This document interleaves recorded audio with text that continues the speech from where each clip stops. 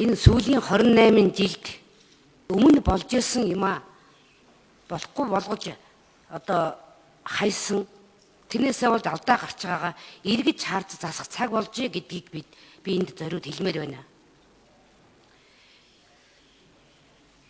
Мал аж ахуйн салбараа дэвшиглэж улсын төсөвт орлого бий болгох төрийн оновчтой тогтолцоог татан буулгасныг эргэж харах шаардлагатай болсныг 28 жилийн хугацааны бодит байдал бидэнд харуулж байна. Монгол улс түүхэн хөгжлийнхаа үе шат бүр 1999 он хүртэл дотоодын нийт бүтээгдэхүүнийхээ 40-с 60% мал аж ахуйн салбараас бүрдүүлж ирсэн. Энэ нөхөн сэргээгддэг үржидэг энэ төсөвт орлого бүрдүүлэх төрийн бодлого тогтолцоо алдагдсанаас болж өнөөдөр энэ салбараас төрийн төсөвт орлого бүрдүүлэх энэ нөөц маань хаана очиод байна вэ гэхээр ерөөсөө эмээл захтаар байгаа эзэн суусан нэг гяттан хідэн одоо чэнжүүдийн карманд л ордог болсон. Энэ бол төрийн том харлан бодол юм байна л гэж харагдаад байна л да. Гэтэл 2017 оны байдлаар Монгол улсын дотоодын нийт бүтээгдэхүүнд хөдөө аж ахуйн гаралтай бүтээгдэхүүн 10.6%. Гэтэл тэнд хөдөө аж ахуйн салбарт ажиллах хүчний 30% нь байгаа байхгүй. 2000 онд Монгол улс 30.2 сая толгой малтай байсан бол жилийн дотор 2017 оны нийтсээр 66.2 сая толгой мал тоологдсон. 7 жилийн хугацаанд малын толгой 30 саяар буюу 2 дахин өссөн. Гэтэл өнөөдөр махны экспорт өссөнгүү түүхий ноос ноолоор арьс хэрний үн 2015-16 онд хамгийн доод зэгтээ хүртэл унаж хог дээр хаягдах хэмжээнд хүрсэн. Өнөөдөр 66 сая толгой малын 60 сая нь хон ямаа бог мал байна. 17-20 саяыг нь гадаад руу экспортлж өөрөөр хэлбэл төрийн өмчит компани байгуулад энийг зохицуулах юм бол өнөөдөр 70-80 мянган төгрөг байгаа мал чинь 30 доллар л гэсэн үг. Тэгтэл төр энийг төрийн өмчит компани байгуулад гадаадын төрийн өмчит компанитайгаа гэрээ байгуулад нэг 100 доллараар борлуулах нэг удаагийн дөрвтэй арга хэмжээг хийх хэрэгтэй байна гэж бодож байна. Яагаад гэвэл тариаланчтаас удааг нь төр авч нэгдсэн үнээр гурилын үйлдвэрүүд рүү нийлүүлдэг. Тэгвэл мал аж ахуйн салбарт төрийн ийм бод яахарахгүй хэрэгтэй байгааг эргэж харах цаг болжээ гэж хэлэх гээд байна л да. Сүүлийн хэдэн жил Монголын төр газрын доорх баялгаад ухаж зарах талаар дээр доргу бодож сэтгэхээс цаашгүй болоод тэгээ 1 тонн нүүрс 70 тонн хүрчихлээ. Нүүрснээс нь 300 гаруй сая төгрөг олчихлоо гэж сурчилдаг. Тэгж яснаа олон улсын зах зээлд нүүрсний үн унчглаа 28 доллар болчихлоо л гэдэг.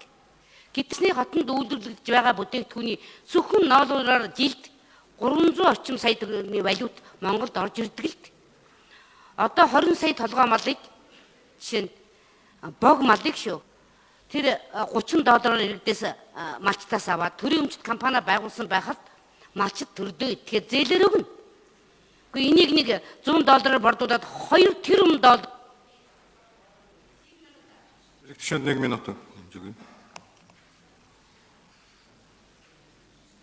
Ингэснээр байгаль экологийнхаа тэнцвэртэй байдлыг хангаад нөгөө бэлчээрийн нөөц малынхаа толгойг зохицуулах нэг удаагийн дөрвтэй шийдвэрийг цаг алдалгүй шийдвэрлэх нь зүйтэй гэдэг саналыг би одоо хэлж байна. Энэ махны үйлдвэрийн асуудал бол хөдөөгийн иргэдэд бол маш чухал асуудал. Хөдөөгийн иргэдэд орлоготой байлгах юм бол энэ Улаанбаатар дээрээ суурьшсан байгаа хөдөөгийн нөхдөд чинь буцаа явна шүү дээ. Тийм учраас хөдөг орлоготой байлгахад хамгийн чухал юм бол махны асуудал. Энэ дээр нэг хоёр зөрчил гараад. Махны үн өсөхөөр Улаанбаатарын жагсна гэдээ айлгаад байдаг. Тэгээ махны үнийн одоо засгийн газраас тогтвортой байлгана гэдээ ингээ барьчих гээд байдаг. Тэгээ махны үнийг ингээд барихаар чинь хин хохирох уу гэхээр нөгөө хөдөөгийн иргэч хохирчод.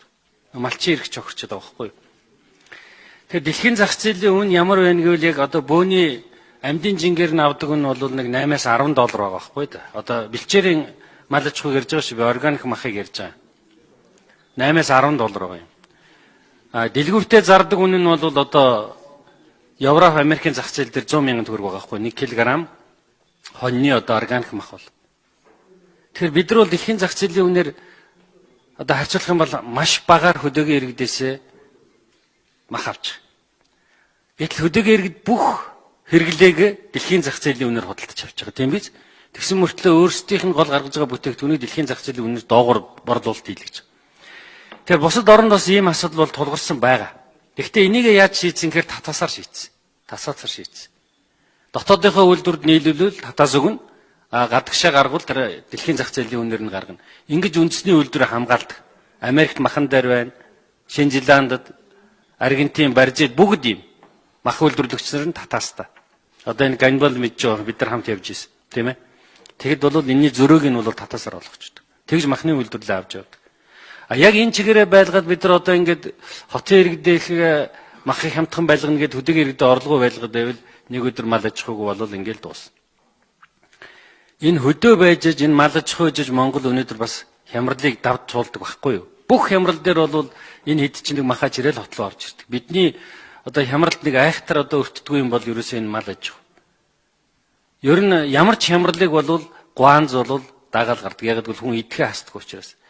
Тийм учраас бидний энэ уулуурхан бүтээгдэхүүн унахаар дагаж унаад байдаг эдийн засгийн өөрчлөлт гэх юм бол ерөөсөө энэ хөдөө аж ахуйн энэ үйлдвэрлэлийг л одоо бид нар дэмжих хэрэгтэй. Ургаа бол нэг 3 сая гаруй хүнтэй нэг 40-50 сая малтай баг. Тэгвэл махаараа 2.3 тэрбум доллар олно. 2.3 тэрбум доллар олно шүү. Манай 200 хэдэгч олохгүй шүү дээ. Энэ бол бидний л ер нь ямар арчаагүй л харуулж байгаа. Халамжийн системд хамрагдчихсан. Аав ээж нь орлоготой мөнгөтэй байлгахыг боддоггүй, үйлдвэрлэл эрхүүлж ажлын байр бий болгохыг боддоггүй, зөвхөн санал авахын тулд мөнгө тараадаг ийм л 30 жилиг бид нар өнөөдөр туулж өнгөрүүлж шүү дээ. Дээрэгд нь ядуу. Хүн амын 40% нь ядуу. Тэгээ бид нар хөдөө аж ахуй дээр ийм том боломж байгааг ерөөсөө олж харахгүй яваад байгаа юм. Хөдөө аж ахуйгаас бид нар 2 тэрбум доллар олдог болчих юм бол эн чинь төсвөө бүрдүүлэл эхлэн шүү дээ. Өнөөдөр хөдөө аж ахуй зүгээр ноолуур нь ороод жоохон гайгүй байгаа болохоос махан дээр 2 тэрбумыг олж чадахгүй л байгаа шүү дээ. Мал махны экспортын асуудлууд тантай санал нэг байна. Тэгэхээр бид нар эрхчлээс экспортод гарах богийн махыг бол квотахтайгаа болиё гэж байна. Ерөөсөө болчтын орлогыг бид дэмжих хэрэгтэй. Энэ квотын асуудал чинь явж цаанаа бас өрсөлдөөний хязгаарлаад байгаа асуудал байна. Зөвхөн бодмол дээр бид нар бэлчээрийн даацтайгаа уялдуулаад малын өсөлтөд зохицуулаад энэ квотыг тогтоогоод явах гэсэн ийм байр суурьтай байгаа. Төв сургууль газрынхаа энэ махны үнийн асуудлыг бол одоо мах нийлүүлэлтийн асуудлыг бол бид нар экспортын энэ хэмжээтэй уялдуулаад бид нар одоо бол нийт экспорт наргаж байгаа махныхаа 10%-ийг дотоодын төв сургууль газрын хэрэглээнд нийлүүлэх гэсэн ийм зарчмаар явж байгаа. Тэгж үнийн зохицуулт хий. Зөрүүгийн бол бид нар татаасын одоо л зээлийн хүүгийн татаас олгоо явж байгаа. Арилжааны банкн дээр.